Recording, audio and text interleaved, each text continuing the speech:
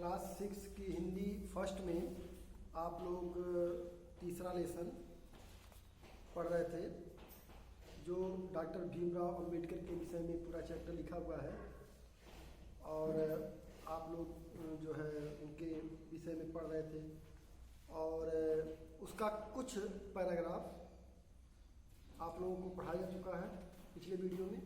इस वीडियो में आगे के पैराग्राफ पढ़ाए जा रहे हैं। आप लोग ध्यान दें। आप लोगों ने पढ़ा था कि बीए की परीक्षा उत्तीर्ण करने के बाद भीमराव महाराजा बड़ौदा की सेना में लेफ्टिनेंट पद पर नियुक्त किए गए थे, लेकिन उनके पिताजी का देहांत हो गया उसी समय और वो घर वापस आ गए। और जब घर वापस आ गए तो दोबारा जो है वह नौकरी पर जाना पसंद नहीं किए। आगे क्या हुआ? कुछ दिनों बाद बड़ौदा नरेश ने इनके प्रतिभा को देखकर, इनके ज्ञान को देख करके इनको छात्रवृत्ति देकर उच्च शिक्षा के लिए अमेरिका भेज दिया पढ़ने के लिए। अमेरिका पहुंचकर भीमराव अध्ययन करने में जी जान से जुट गए, मतलब तन मन धन पूरा लगा दिया उन्होंने पढ़ने के लिए, जिसे आप लोग लगाते हैं, आप लोग भी लगाते हैं। लेकिन वो बहुत ही प्रतिभावान व्यक्ति थे, बहुत ही जी जान से जुड़ गए पढ़ाई के लिए। वहाँ वे बहुत कम खर्च करके अपना काम चलाते थे, फिजूल खर्ची तो बिल्कुल करते ही नहीं थे, पर उत्तम पुस्तकें खरीदने में कंजूसी भी नहीं करते थे। अगर अच्छी पुस्तकें हैं, उत्तम पुस्तकें हैं, उनको खरीदने में कंजूसी नहीं करते थे। अमेरिका में अध्ययन करके भीमराव ने एमए और पीएचडी की उपाधि प्राप्त की। वहाँ उन्होंने एमए किया और पीएचडी की उपाधि प्राप्त की। सन 1916 में भीमराव लंदन पहुंचे, यानी अमेरिका से कहाँ आ गए? लंदन। वहाँ राजनीति, अर्थशास्त्र और कानून का अध्ययन करने लगे लंदन में आकर के। किंतु एक वर्ष बाद ही बड़ौदा के दीवान के पत्र से उन्हें सूचना मिली कि उनकी छात्रवृत्ति की अवधि समाप्त हो गई है, मतलब उनकी पढ़ाई का खर्चा यहाँ से नहीं मिल सकता। अतः उन्हें पढ़ाई बीच में ही छोड़कर स्वदेश लौटना पड़ा, यानी अपने देश भारत वापस आना पड़ा। बड़ौदा नरेश ने उन्हें अपना सैन्य सचिव बनाया, सेना का सचिव, पर कुछ लोगों के व्यवहार से तंग आकर शीघ्र ही उन्होंने वह नौकरी छोड़ दी और मुंबई के एक कॉलेज में प्राध्यापक नियुक्त हुए। उनकी शिक्षण शैली इतनी प्रभावशाली थी कि शीघ्र ही छात्रों में वे अत्यंत लोकप्रिय हो गए, यानी छात्र उनको बहुत पसंद करने लगे। टीचर के रूप में बहुत अच्छी तरह से उनको जानने पहचानने लगे और अपना एक प्रिय अध्यापक मानने लगे इनको। डॉक्टर भीमराव की ज्ञान पिपासा बहुत प्रबल थी, यानी ज्ञान प्राप्त करने की इच्छा बहुत प्रबल थी। उन्हें शांत करने के लिए जुलाई 1920 में वे फिर से लंदन गए। सोच लीजिए, फिर से लंदन गए पढ़ने के लिए।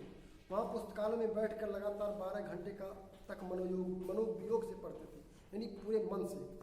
अध्ययन करने में इतने तल्लीन हो जाते कि दोपहर का भोजन करना भी भूल जाते थे। उनको भोजन और पानी नहीं दिखता था, सिर्फ पढ़ाई दिखती थी। वहाँ से बैरिस्टर और डीएससी की उपाधि प्राप्त कर 1923 में वे फिर से भारत लौट कर आए। फिर गए जब इंग्लैंड तो 2 डिग्रियां और प्राप्त की और फिर भारत वापस आए।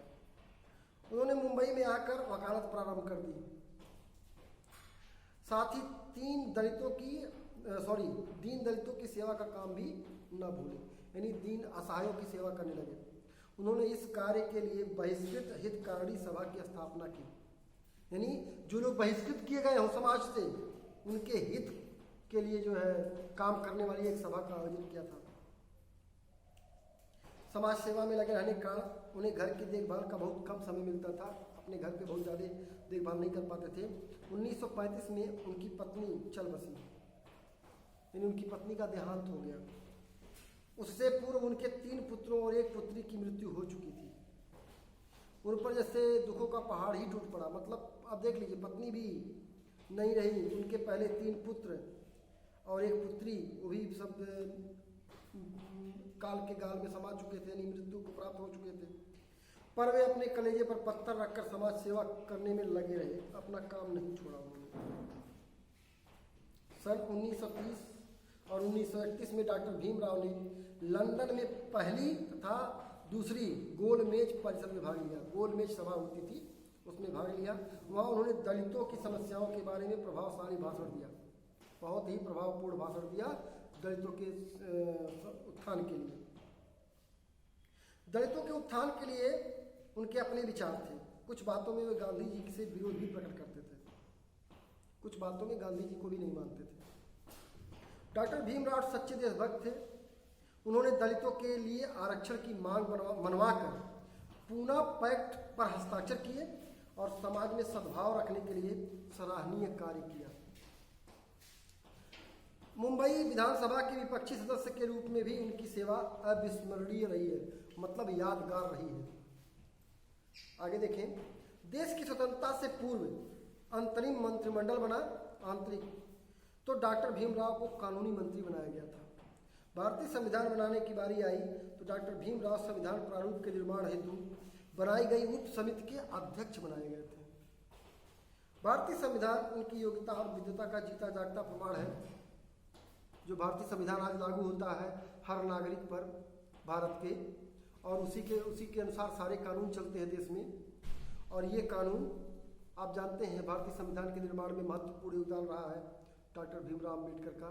तो ये जान लीजिए कि जो ये भारतीय संविधान है उनके विद्वता का, उनके विद्वान होने का एक जीता जागता उदाहरण है, यानी मिसाल कह सकते हैं। आगे देखें, 14 अक्टूबर 1956 ईस्वी को डॉक्टर भीमराव ने 5 लाख नर नारियों के साथ बौद्ध धर्म अपना लिया, यानी उन्होंने भगवान बुद्ध के रास्ते पर चलना शुरू कर दिया। 6 दिसंबर 1956 ईस्वी को रात्रि में डॉक्टर भीमराव इस संसार को सदा के लिए, संसार से सदा के लिए विदा हो गए। मतलब इनकी मृत्यु 6 दिसंबर 1956 ईस्वी को हुई थी। ये जान लें आप लोग, इसको याद करना पड़ेगा आप लोगों को। डॉक्टर भीमराव अविद्वतीय विद्वान थे, मतलब उनके समान कोई दूसरा विद्वान हुआ ही नहीं। वे बड़े ज्ञानी और दूरदर्शी थे। भारत से अलग होकर पाकिस्तान बनने और चीनी आक्रमण की भविष्यवाणी उन्होंने पहले ही कर दी थी। वे श्रेष्ठ राजनीतिज्ञ और प्रभावशाली वक्ता थे, यानी एक बहुत बड़े कुशल राजनीतिज्ञ थे और प्रभावशाली वक्ता, स्पीकर कह सकते हैं। लोग घंटों तक मंत्रमुग्ध होकर उनका भाषण सुनते थे। जब वो स्पीच देते थे उनकी बातों को लोग घंटों घंटों तक बैठ करके सुनते थे। उन्होंने दलितों को स्वाभिमान से जीने की राह दिखाई, यानी दलितों को भी स्वाभिमान अंदर जगाया कि आप लोग भी स्वाभिमान से जी सकते हैं।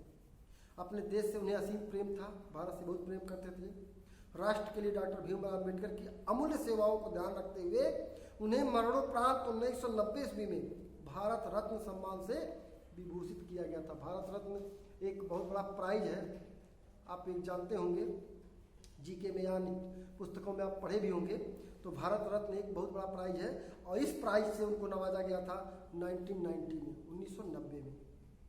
भारत ऐसे महान व्यक्ति पर सदा गर्व करता रहेगा, यानी जो हमारा भारत देश है हमेशा इसी इंतजार में रहेगा कि ऐसे ही महापुरुष इस भारत देश में होते रहें, आते रहें और इस देश की गरिमा को, गौरव को आगे बढ़ाते रहें। तो आपका ये अध्याय आज आप समाप्त होता है। इसके प्रश्न उत्तर एक्सरसाइज आपको अगले वीडियो में दिए जाएंगे। तब तक आप लोग इस चैप्टर को बैठ के घर पे पुस्तक को ले करके अच्छी तरह से बैठ के पढ़िए, उसको समझिए। देखिए, भारत के महान विभूतियों के बारे में जानने का एक मौका मिलता है किताबों के माध्यम से, जो आप देखे नहीं हैं, आप उस समय थे नहीं, तो उनके बारे में सिर्फ हम पढ़ कर ही जान सकते हैं। तो इसके लिए आपको ज़रूरी है कि जहाँ भी भारत के महान व्यक्तित्व के बारे में पढ़ने का मौका मिले तो आप लोग उसको जरूर पढ़िए और उनके बारे में जानिए। आज की वीडियो बस इतना ही।